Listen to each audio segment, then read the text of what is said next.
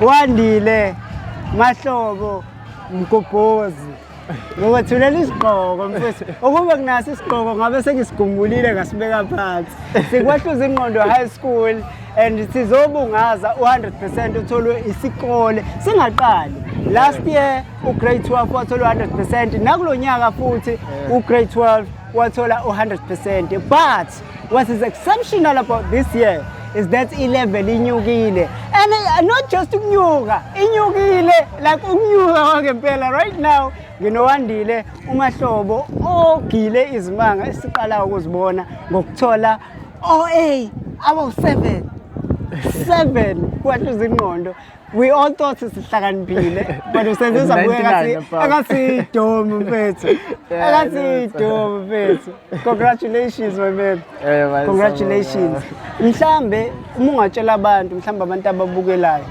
yini ekwenza ukuthi wena ukwazi uku-achieve ukuthola le achievement le oyitholile uwenze ngani sonke siyafisa ukuthi nathi senza kanje mhlambe khona nabanye futhi abangemuva abafisa ukuthi benze njengawe uwenze kanjani ndoda mina ngasho ukuthi konke kwadinga ukuthi kube khona i-support from othisha labasifundisayo ngabe sekudinga nanokuthi wena udedicated kangakanani kule nto yenzayo nje izinto engilawula ukuthi kanje into eyodwa siyabona uma kuthiwa umlomo uyadala sijole ukisho ngey'khathi ezimbi loo nto uma ngabe umuntu esho into embi but manje what if mina ngisho le nto le ngiyidalele mina into enhle ngiqhubeke ngilo ngikhuluma le nto ngithi ngizoyenza sometimes uyakubona ukuthi awulento engiyi-emelayo kona akekho umuntu owayithola yabo but konke kulele kuthetha lekho iphutha ngokusetha igoli ephezulu as long as wena uzoqhubeka ufaka i-effort yakho yonke into uzokwazi ukuthi uyithole because I think kune-saying ethi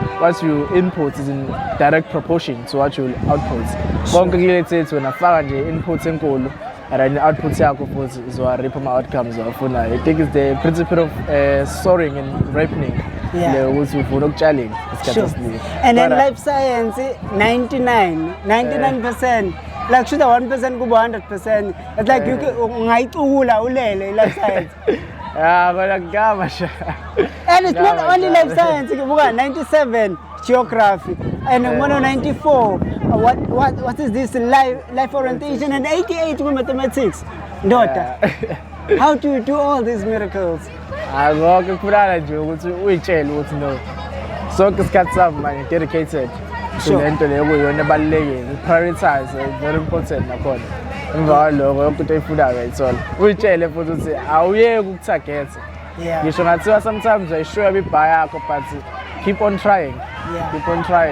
so maybe one day for grade 12 2025 is there any strategy wena okade usebenzisa sokufunda that you think isingabasiza na there is one I think mina like strategy sami school nje was ukuthi ngibe close as possible kothisha bami as much as possible ngibe close kubona emva kwalokho ngenze sure ukuthi la content abanayo train imibuzo like ake ngibuza imibuzo kuthi eclassini manje uthi ufuna ukuqhubeka ephambili but still nangu wena liyafile usukunayo confidence abalulekile and then basebenzise abantu abaseduze wakho abaphethe lento oyidingayo emva kwalokho ba right because like everything ngakiba nento ukuthi ngifuna ukuthi lo thisha ngihlale naye la ukuthi khona mase ngiyobhala kubhala yena yes we are proud of you the teachers are proud of you the community as a whole we are proud of you we wish you nothing but the best with future yakho uqhubeke njalo uzimisele ungaphezi sikwahluza ingqondo high school the school that obtained 100% singaqali and uzoloko igcizelela lokho ukuthi ungaqala lo 100% ukutholwa kuyinto nje sijwayelekile ukuthi ehluza ingqondo sibuya no 100% but lo 100% awuzenzi wenziwa abantu and right now I'm amongst the people that made the things to be done. Do you remember usisi wakhala ngokuthi where are the pots? I think babe bancane bona I've made the pots to made the thing that made the pot not to be done. Do you know that thing? No, I'm at 2000. Anyway, namhlanje si celebrate 100% wakwahluza ingqondo high school and right now I'm with the top achievers. Mhlambe asiqale ngegama nesibongo and then bese sidlulela phambili. Oh, my name is Kwanda Mbulali. Kwanda Mbulali. My name is Gumede Apiwe. Kumete Apiwe. My name is Dubesia Sanda. Dubesia Sander. My name is Noltando Msomi. So guys, we are so proud of you. We are happy ukuthi sikwazile ukuthi si-achieve lama results esiwatholile as isikole, and nisebenze kanzima ngokuzikhandla, kunganina nodwa, kukhona nabanye ozakwenu natakulana sasafika la sikhona namhlanje. Mhlambe mengase wena Kwanda uchaze mhlambe ngokwakho yini le kwazile ukuthi kusebenzele ukuze ukwazi ukuthola lama results owatholile namhlanje. What I have done is that I worked with a group, esasibiza ngegroup yensizwa, okay? Okay, nabanhluluka. How? Sasibathathu ke kuleyo group. There were 3 of us, which was Mkobozi, Nosibia Kuyandis. So we worked together overnight as we tried to,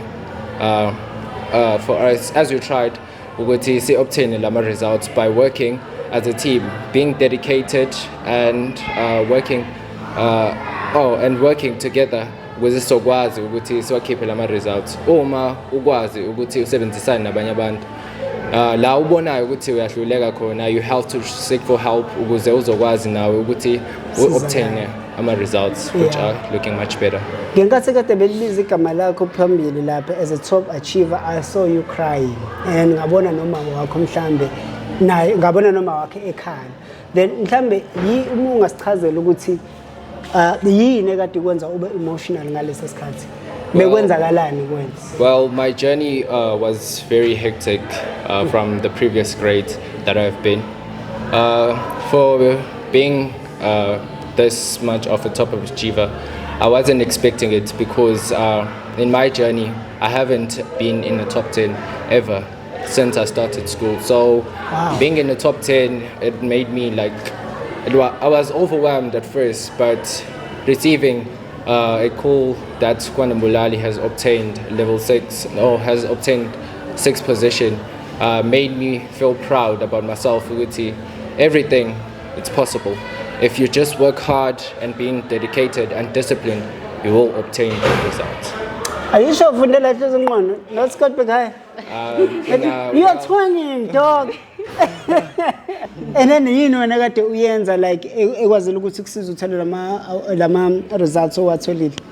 It's all about the dedication. Yeah. If you dedicate yourself and become a hard worker, you can achieve anything that you want to achieve. Yes. Being in a third position is quite a norm. Doesn't surprise me. It's quite a norm. For you? For me. But why don't you strive for the second and the first? What's it? No. I tried. Believe me, I tried. I tried.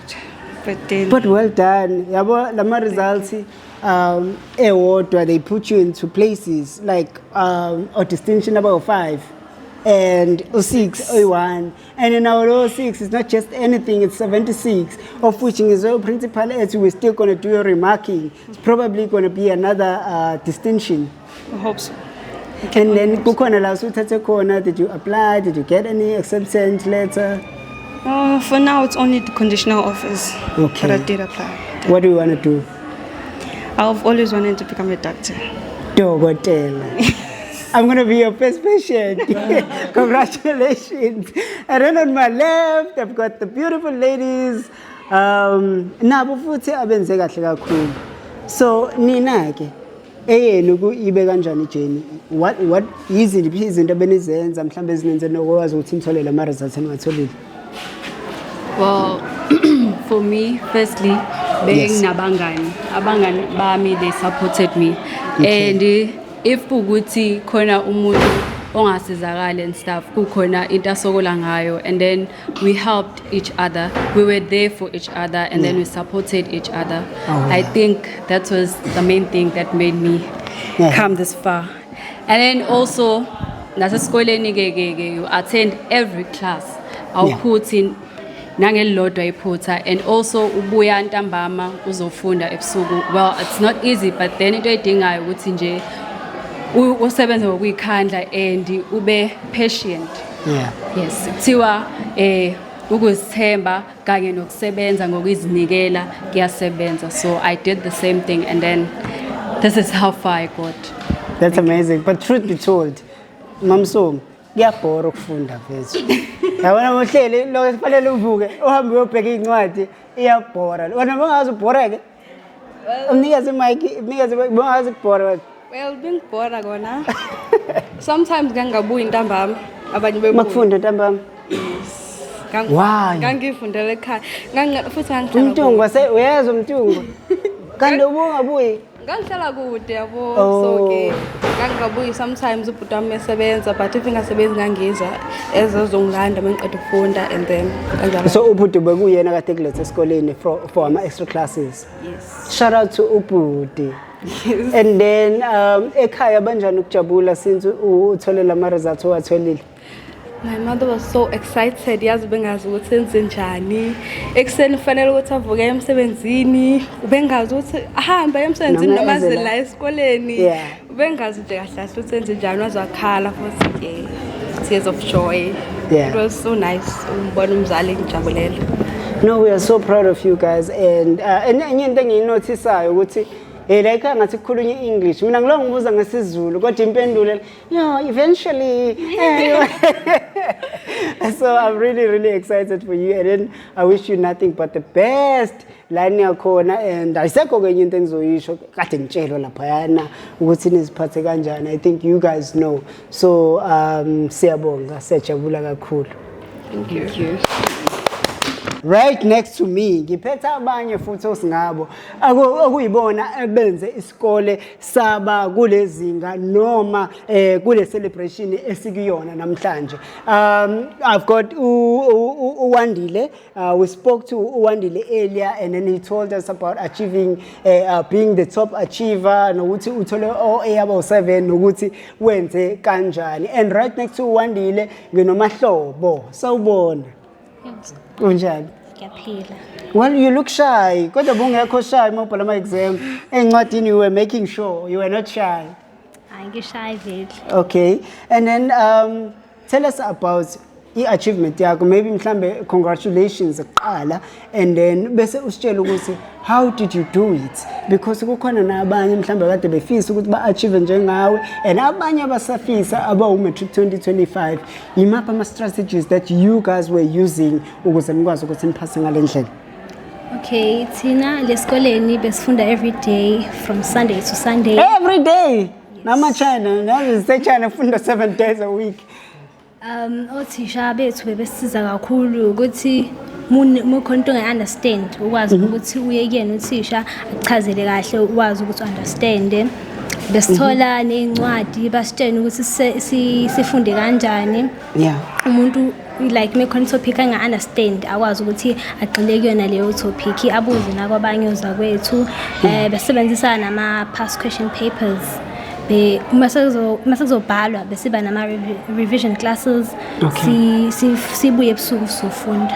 So tell me about the past question papers. So uma niwenza like umuntu masenifundile and then bese niphendula wona just to test your knowledge ukuthi senambe kanjani. Yes, esenza kanjalo. So bekuba khona nama-mock papers ebesiwabhala masizosondela ama-exam. Yeah. Well, you did very well. Ekhona i-offer sitholile noma kwenzakalani siyaphi kulo nyaka? Well, bese ngiwatholile ama-offer awu-2 e-UKZN nase-Zululand. Siyokwenzani? I'm not sure. Ngisazodecide ukuthi ngiyangakephi kodwa bengithanda ukwenza i-physiotherapy e-UKZN. Oh, okay. That's amazing. Physiotherapy, Selu, you got that? Physio. You don't even know uyenzani physiotherapy. But then it's fine. Ngokuchazela ngelinye ilanga. Wandilona wenzani? What are you going to do? For now, for medicine esasemqondweni wamanje. Yo, this is the second doctor, guys. I think eqaleni bekubani uthinayo futhi ufuna ukwenza i-medicine. Ophiwe. That's amazing. That's amazing. And then on my right, I've got the gentleman. Ngiphethe izinja mfana uyabona nama-chain. they tell you ukuthi I've got the big guns manje. Gentlemen, congratulations on the achievement. Siyabonga kakhulu and nisebenze ngokukhulu ukuzimisela and we heard from uthisha omkhulu kade khuluma ethi bekube nama challenges lapha nalapha. So mhlambe nina ngakweleni iside ni achievile na phasa kahle ngendlela emangalisayo. But what were the challenges that you faced kade nisafunda? There were so many challenges. Iy'ngqinamba nje sibhekene nazo zibenkulu kakhulu. Angithi yabo angisasho ke lezi izimo zezulu nayo yonke leyo nto. Yabo umzima nje bamatikule etsheni. Angithi yabo vele umatikule nje utsheni unzima. Angithi yabo matric unzima kodwa ke iy'ngqinamba esibhekene nazo besibhekana nazo kakhulu ukuthi thina besifunda kakhulu futhi angithi yabo 7 days a week. 7 days a week angithi yabo full day angithi yabo singalali. Angithi yabo nazi ke insizwa muphathele insizwa muphathele labo sisi hayi ushowcase lapha angithi yabo ushowcase yabo besiza kakhulu abafesi la besizana yonke nje leyo nto leyo. Okay, and then moving forward, what are the plans? Where are we going?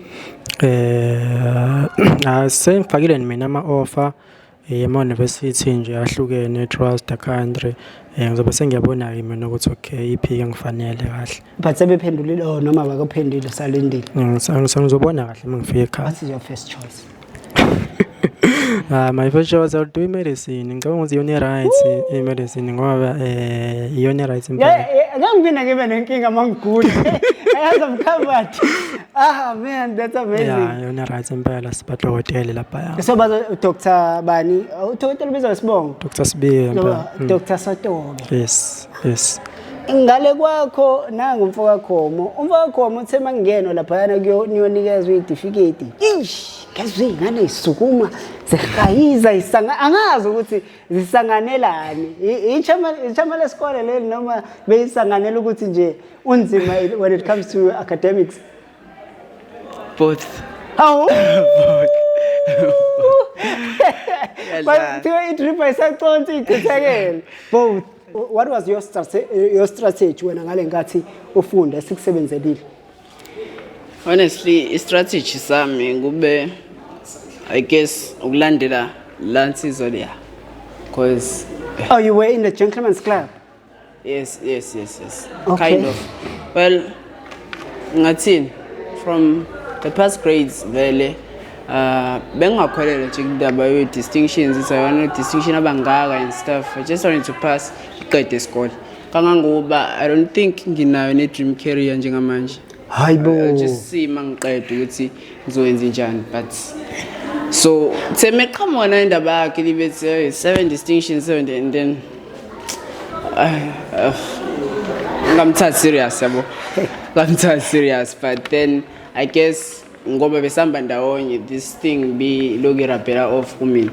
So ngilongenza the same thing abeyenza so guys, congratulations and we are so proud of you and indlela enisebenze ngayo like isikole sethu nesithathe nasibeka la bengakaze sicabanga ukuthi singafinyelela khona and nisenze abantu and I hope nala maniphuma futhi la niyakhona noqhubeka futhi nokuzimisela.